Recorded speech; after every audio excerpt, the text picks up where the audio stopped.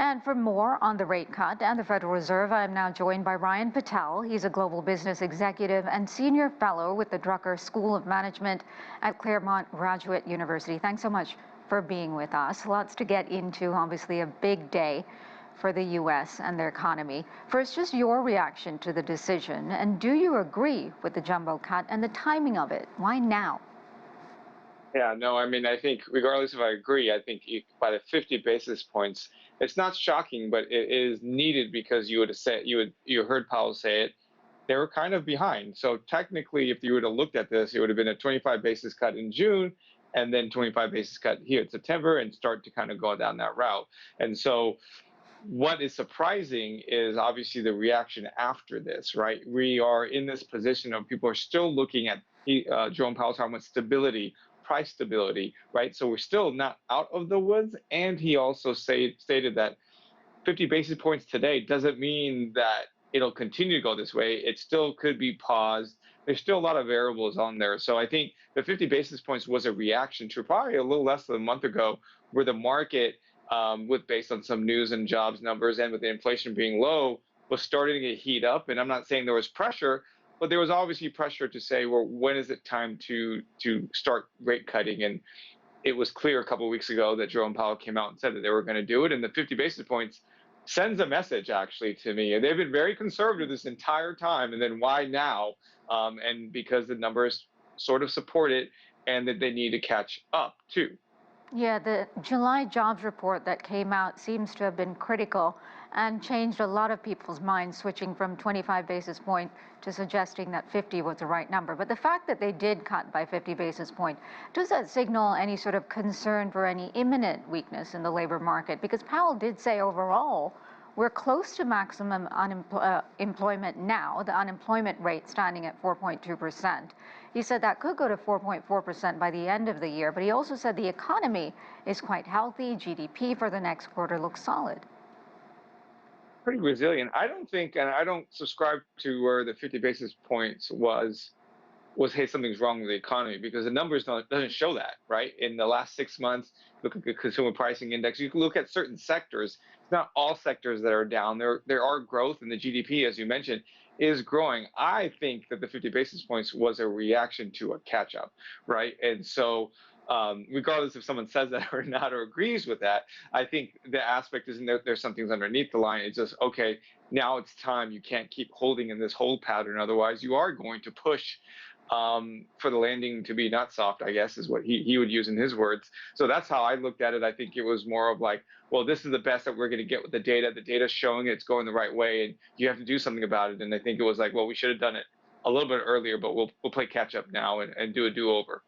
Yeah, he didn't necessarily say that they were too late, but he did say that we're in a good position now and we want to keep it that way. But what's your base case? Where do we go from here as far as frequency? And how many cuts do we see before we're no longer in that restrictive territory but come back to neutral?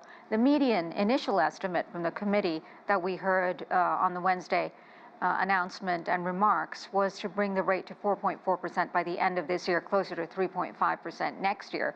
So we're not going back to zero anytime soon. That era seems to be over. They made it sure that era will seem to be over. You mentioned what neutral is. Neutral isn't what the old neutral will be, and you said the goal to get to kind of 3.5%. I think for me, the next 12 months is really critical here, because the way you decrease this is in batches and really kind of more transparency, where you're going to see more consistent cuts versus maybe, Jerome Powell didn't mention, don't expect a 50 basis point cut every time or to the next time. So to me, what does that mean? Okay, 25 basis points in December. Are you going to see a couple more in the next quarter, some in the summer?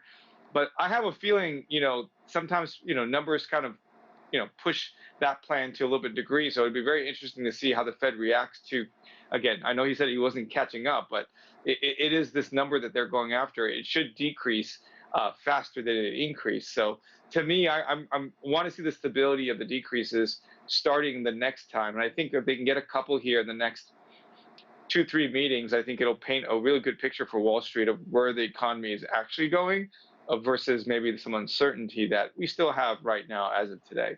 Hmm. And what about on Main Street? What real-time impact will this cut have on Americans? They're still paying high rates on credit card balances, car loans, student loans. And what does it do for the housing problem in this country? Will it push more home buyers to take on mortgages? Because we're still well off that 3.5% many people locked in during COVID. Will it, in fact, spur home prices to climb? Yeah, I mean, great question. Realistically, in the short term, as of today, doesn't change as much. It is good news, but it's not. You're not going to feel it in your pocket. You're not going to see banks all of a sudden. It's going to take a little time and even getting more loans out of it. But the good news would be those who were on the sideline, if they listen to the Fed and saying, hey, we can get to 3.5% and mortgage rates start to drop, this time next year, you would hope that you'll see a little bit more movement. You will see a little bit more pressure eased off when it comes to the debt, comes to paying things back. But again, I think when we think about voting, think about what's coming elections for the U.S., you think about what's in my pocket today. How are prices going to drop at the grocery store, and rent and shelter, as you mentioned, is not going to drop today because there's 50 basis points. It has to trickle down. And I think we will feel it more later down the road. And I think that's also a policy thing to ensure that that occurs. So again, not to be a downer, because I'm not. It's good that we're starting to see some movement, but to really make that impact for people to go and have that confidence, it's going to take a couple of these and then feel it in the consumer facing market to where you can actually feel that rate. Then it'll change people's minds. Yeah, and really quickly, only about 30 seconds left. How significant is the timing of this cut vis-a-vis we have a upcoming U.S. presidential election? The Fed is supposed to be apolitical, but a big cut now obviously favors the incumbent and Harris. Yeah, I mean, we've I've come on here and to say that typically the Fed is not supposed to they don't they stay out of it politically. Just kind of seeing today and the rhetoric about the left and right on this, it is interesting on the timing, but it also goes back to my point. They felt it was necessary, right? I don't think it was something that they wanted to do in September, because they've stated that in the beginning of the year they wanted to stay out of it. And so I think it just shows where the economy is, and they made the move that they thought they needed to make today to move forward.